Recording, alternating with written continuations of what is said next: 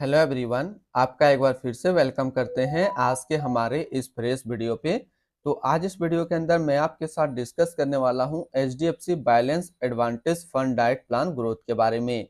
इसमें मैं आपसे डिस्कस करूंगा कि ये जो म्यूचुअल फंड है इसने पिछले 1 साल, 3 साल, 5 साल या फिर एनुअल रिटर्न क्या दिया है, आज के डेट में इसका एक एनएबी का प्राइस क्या है, ये कितनी स्टार रेटिंग म्यूचुअल फंड है, इसमें आप मिनिमम एसआईपी अमाउंट क्या लगा सकते हैं और इसका फंड साइज क्या है।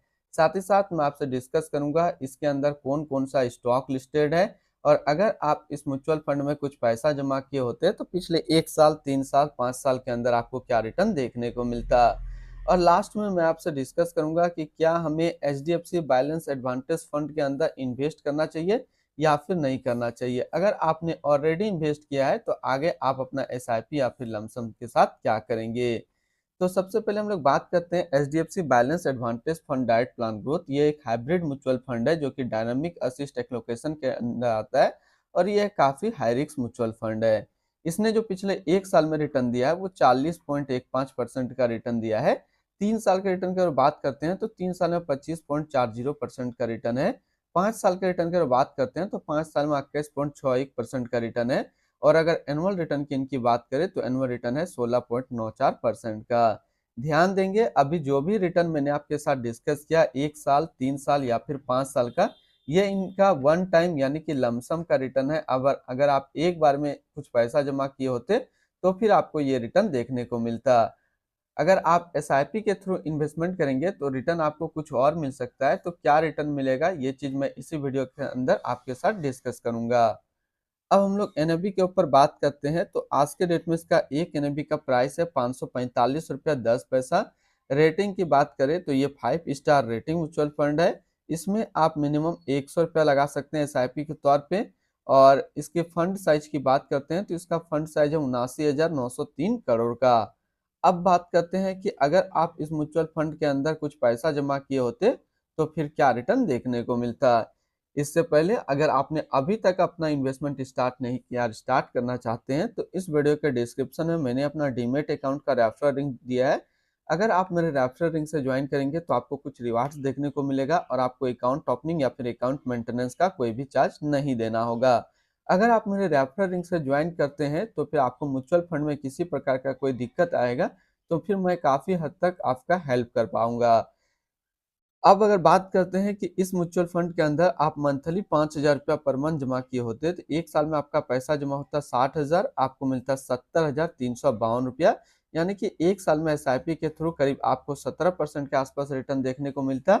3 साल की बात करते हैं तो 3 साल में आपका पैसा जमा होता 1,80,000, आपको मिलता 2,72,876 रुपया। यानी कि 3 साल में एसआईपी के थ्रू करीब 51% का रिटर्न आपको मिलता। और अगर बात करते हैं 5 साल का तो 5 साल में आपका पैसा जमा होता है 3 लाख, आपको मिलता 5,88,146 रुपया। यानी कि एसआईपी के थ्रू 5 साल में जो आपको रिटर्न देखने को मिलता है वो 96% के रिटर्न देखने को मिलता।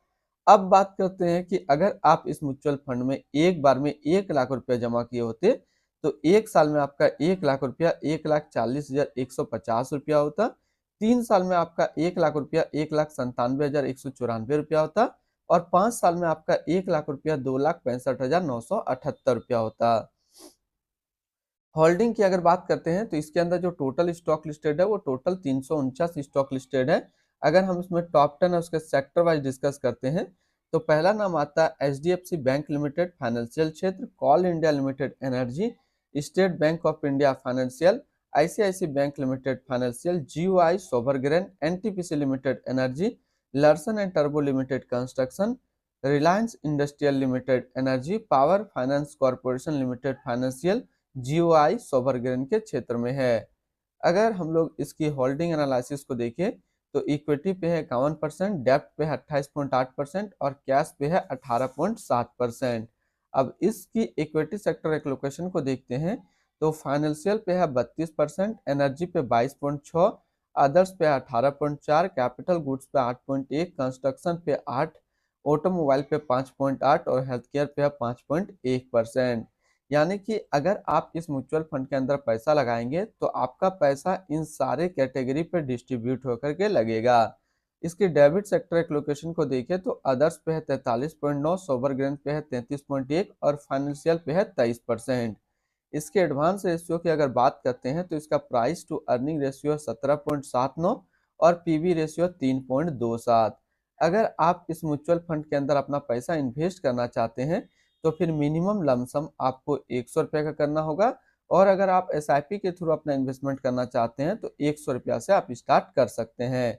अब हम लोग रिटर्न एंड रैंकिंग के ऊपर बात करते हैं, यहीं पे आपको समझ में आएगा कि क्या हमें इस म्यूचुअल फंड के अंदर इन्वेस्ट करना चाहिए या फिर नहीं करना चाहिए। तो सबसे पहले हम लोग बात करते हैं एचडीएफसी बैलेंस एडवांटेज फंड का जो फंड रिटर्न है, 1 साल में 40.1, 3 साल में 25.4, 5 साल में 21.6 और एनुअल है 16.9 का। वहीं पे इस कैटेगरी का जो एवरेज रिटर्न होता है यानी कि हाइब्रिड डायनामिक असिस्ट एलोकेशन का एवरेज रिटर्न 1 साल में 25% का रहता है, 3 साल में 13.1, 5 साल में 13.8 का है। तो यहाँ से देखेंगे तो ये म्यूचुअल फंड हमेशा अपना कैटेगरी एवरेज से ज्यादा रिटर्न निकाल करके दिया है। और रिटर्न रैंक के भी कैटेगरी पे देखेंगे तो टॉप 1 म्यूचुअल फंड यह हाइब्रिड डायनामिक असिस्ट एलोकेशन के अंदर है। तो अगर आप एक हाइब्रिड डायनामिक म्यूचुअल फंड ढूंढ रहे हैं तो ये आपके लिए अच्छा विकल्प है, आप इसके अंदर अपना इन्वेस्टमेंट कर सकते हैं। अगर आपने ऑलरेडी इन्वेस्ट किया है तो फिर आप अपना एसआईपी या फिर लमसम को कंटिन्यू रखेंगे। अगर इसके आसपास सिमिलर फंड्स देखें तो इसके आसपास कोई भी सिमिलर फंड्स इससे अच्छा नहीं है, ओनली वन ही है हाइब्रिड डायनामिक म्यूचुअल फंड में नंबर 1 पे, जो कि है एचडीएफसी बैलेंस एडवांटेज फंड। इनकी एक्सपेंस रेशियो की बात करते हैं तो इनका एक्सपेंस रेशियो 0.73% का। एग्जिट लोड की बात करते हैं, अगर आप इन्वेस्ट किया हुआ पैसा 1 साल के अंदर अपना इन्वेस्टमेंट का 15% से ज़्यादा निकालेंगे तो फिर आपको 1% का एग्जिट लोड देना होगा। बात करते हैं स्टम्प ड्यूटी का, तो स्टम्प ड्यूटी है 0.005%। टैक्स इम्प्लानेशन की बात करते हैं, अगर आप इन्वेस्ट किया हुआ पैसा 1 साल के अंदर निकालेंगे तो जो भी आपका रिटर्न होगा उस पर आपको 20% का टैक्स पे करना पड़ेगा। अगर आप 1 साल के बाद इससे अपना पैसा निकालते हो, 1 साल में अगर आपका 1,25,000 का रिटर्न बनता है तब फिर आपको 12.5% का टैक्स देना होगा।